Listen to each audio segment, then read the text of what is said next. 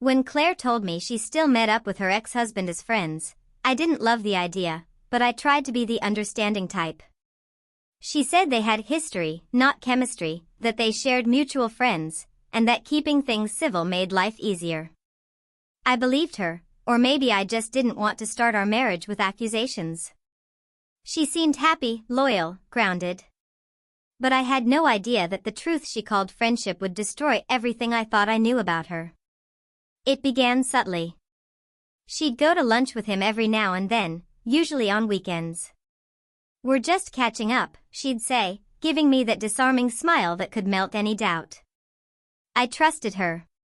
But over time, those lunches stretched longer, sometimes into dinners, sometimes into full weekends where she'd say she was staying over at her sister's. I noticed the pattern. Every time she went out, she came back softer, quieter, strangely distant. Her laughter around me dimmed, her affection grew mechanical. Something had shifted, I just couldn't name it yet.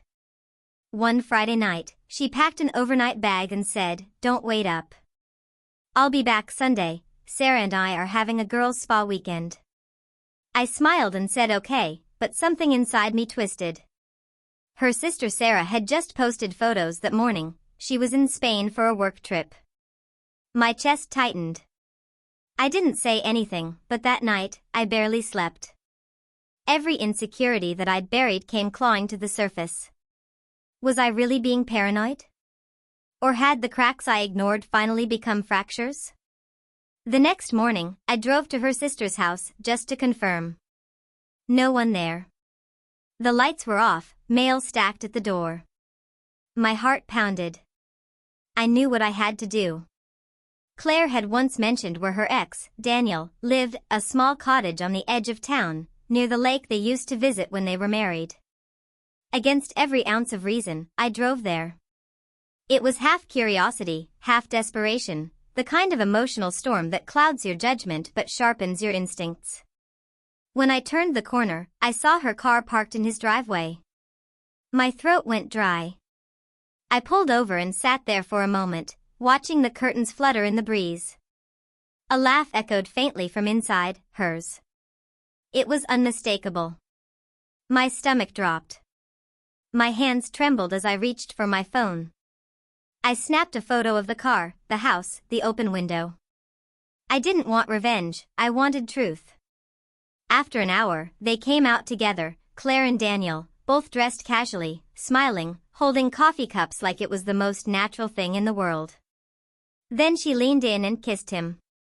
It wasn't a friendly peck, it was slow, familiar, full of everything she'd stopped giving me. My heart shattered, but my body felt numb. I didn't confront them.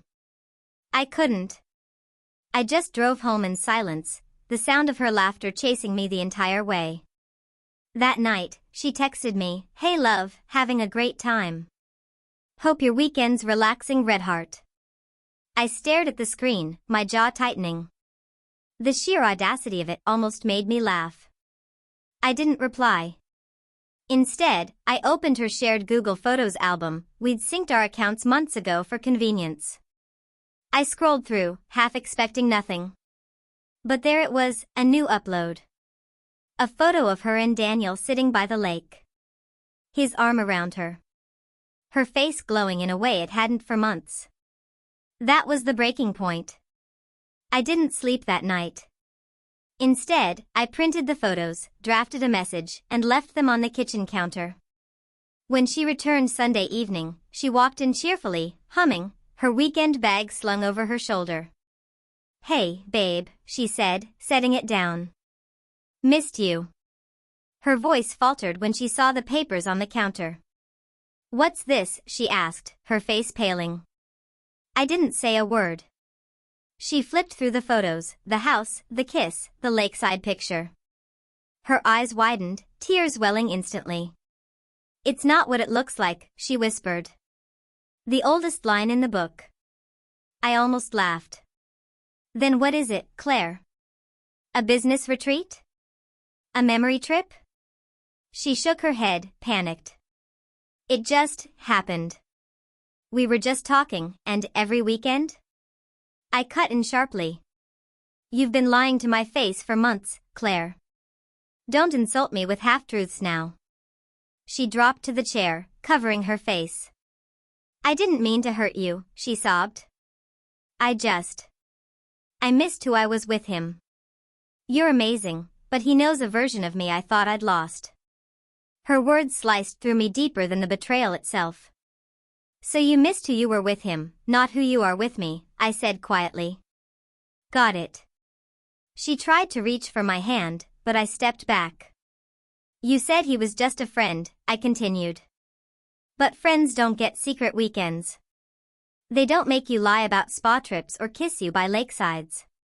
You didn't miss your old self, Claire. You missed the thrill of being wanted by two men at once. Her sobs filled the room, but I'd already gone numb. I walked to the door, grabbed my jacket, and said, You told me once that if I couldn't handle your friendship with him, maybe we weren't right for each other. Turns out you were right. I left before she could respond. A few weeks later, she called, saying Daniel had ended things again. She was lost and needed closure. I didn't answer. I'd already found mine. In the moment I realized that trust isn't about what you allow someone to do, it's about what they choose not to do. Now, when people ask why I left, I tell them this: she said her ex was just a friend, but friendship doesn't require secrecy, lies, and overnight bags. It doesn't steal weekends or break hearts. It doesn't kiss you at lakesides while someone who truly loves you sits at home believing you're happy. So yes, she said her ex was just a friend, but that lie cost her the only person who really was.